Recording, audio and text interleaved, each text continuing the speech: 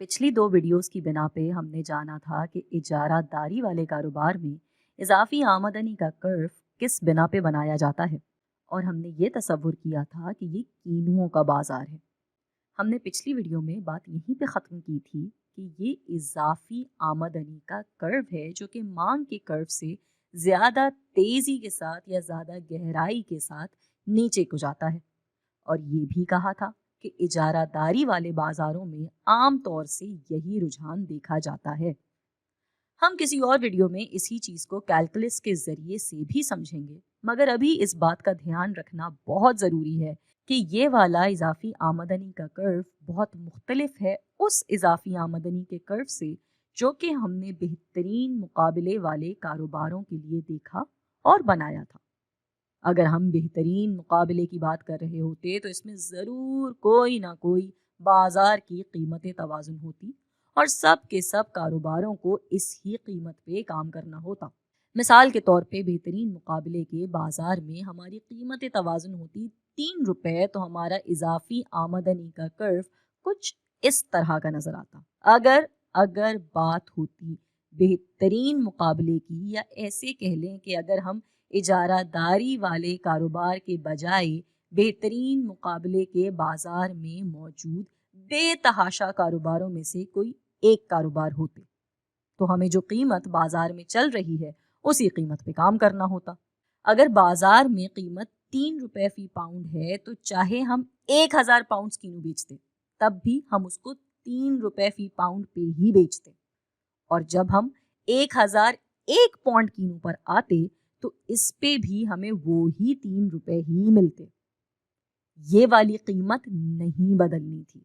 बेहतरीन मुकाबले वाले बाजार में होते हुए हमें इस ही कीमत पे काम किए जाना था। मगर इजारादारी पे आकर चीजें बदल जाती हैं, क्योंकि पूरे के पूरे बाजार में हम ही उस चीज के वाहिद पैदावारी या बनाने वाले या बेचने वाले होते हैं।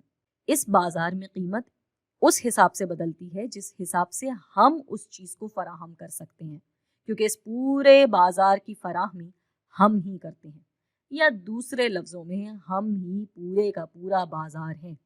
और ये हमारा तेजी से गहराई के साथ नीचे जाता हुआ इजाफी आमदनी का कर्व है। अब इजारादारी कारोबार होते हुए हम जानना चाहते हैं कि मुनाफे को ज्यादा से ज्यादा करने के लिए कितनी मिकदार बनानी चाहिए।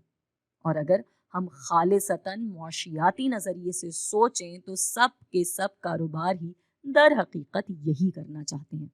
उनके होने का मकसद ही मुनाफे को ज्यादा से ज्यादा करना होता है। यहाँ याद रहे कि हम आमदनी को ज्यादा से ज्यादा करने की बात नहीं कर रहे हैं, क्योंकि अगर हम आमदनी की बात कर रहे होते तो अब तक हम बाआसानी कह सकते थे कि अच्छा, आमदनी ज्यादा से ज्यादा करनी है तो ठीक है, यहाँ के हिसाब से 3000 पॉइंट्स बनाना शुरू कर दें, आमदनी हो जाएगी ज्यादा।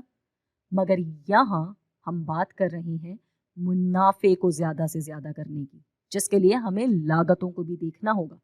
और लागतों को देखने के लिए हमें इजाफी लागत वाला कर्व बनाना होगा। अब यहाँ हम तसव्वुर करते हैं कि हम इस कारोबार के मालिक हैं और हमने सब हिसाब किताब के बाद ये जाना कि हमारा इजाफी लागत का कर्व कुछ ऐसा दिखता है। यहाँ इस बात को जरूर याद रखिएगा कि हम ही ये बाजार हैं, हम ही इस बाजार के वाहिद करता धरता हैं। तो ये वाला इजाफी लागत का कर्व सिर्फ हमारे ही कारोबार का नहीं, बल्कि पूरे के पूरे बाजार का इजाफी लागत का यही कर्व है। या इसको ऐसे भी समझा जा सकता है कि ये इस बाजार की फराहमी का कर्व है। यह आपको बताता है कि किसी खास कीमत पे ये बाजार इस चीज की कितनी फराहमी कर सकता है। हम इसको इजाफी लागत भी कह सकते हैं और फराहमी भी। और हम इस बारे में पहले बात कर चुके हैं कि इजाफी लागत को फराहमी भी कहा जा सकता है। अगर ये चाहता है कि ये एक मजीद पॉइंट फराहम करना शुरू कर दे तो वो उसकी ऊपर की कितनी कीमत देने को तैयार है, इसको हम कहते हैं इजाफी लागत।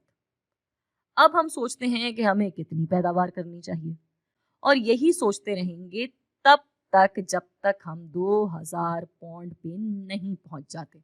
यहाँ पे आकर ہم مزید پیداوار نہیں کرنا چاہیں گے، کیونکہ اس سے 2001 پیداواری عدد پہ جو لاگت آئے گی وہ زیادہ ہوگی اس قیمت سے جو ہمیں اس عدد پہ ملے گی۔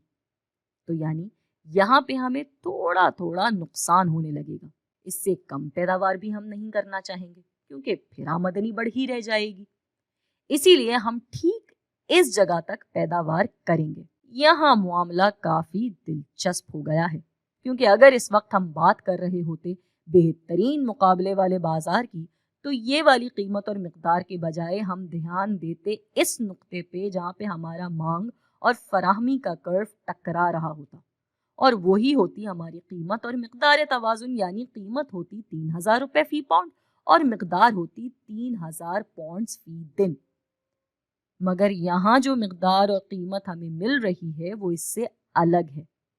یہاں پہ جو قیمت اور مقدار ہمیں مل رہی ہے وہ اس جگہ مل رہی ہے جہاں پہ اضافی لاگت اور اضافی آمدنی کے کروز کی آپس میں ٹکر ہو رہی ہے، جو کہ ٹھیک اس جگہ پہ ہے۔ اب یہاں ہم ڈیڈ ویٹ لاس یا پورے کا پورا نقصان دیکھ سکتے ہیں۔ حالانکہ یہ کاروبار کے لیے یا اجارہ دار کے لیے ایک اچھی چیز ہے، مگر معاشرے کے لیے اچھا نہیں ہے۔ اور سوائے اس کے کہ ہم بات کریں کسی ملکی سطح پہ فائدے کی، اجارہ داری زیادہ تر وقتوں میں معاشرے پہ منفی اثرات ہی لے کر آتی ہے۔ ادھر یہ وہ مقدار ہے جو ہم بنانے کا فیصلہ کر رہے ہیں، کنزیومر سرپلس یا صارف کا اضافی فائدہ۔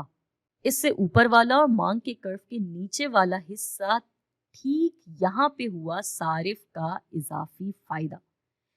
پیداوار کا اضافی فائدہ کافی اچھا نظر آ رہا ہے، اور کاروباری کا ہدف بھی اسی کو بہتر سے بہتر کرنا ہوتا ہے۔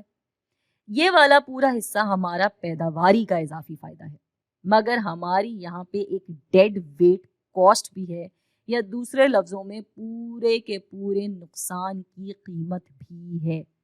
ایک پورے کا پورا اضافی فائدہ ایسا ہے جو کہ اس معاشرے کو ملتا ہے اگر ہم بہترین مقابلے والے بازار میں کام کر رہے ہوتے ہیں، جو کہ ابھی والی صورت میں نہیں مل رہا۔ تو یہاں پہ پیداواری کا فائدہ بڑھ رہا ہے اور صارف کا فائدہ کم سے کم تر ہوتا جا رہا ہے، یعنی اجارہ داری کی صورت میں اجارہ دار کا فائدہ بڑھتا جا رہا ہے اور صارف کا فائدہ گھٹتا جا رہا ہے۔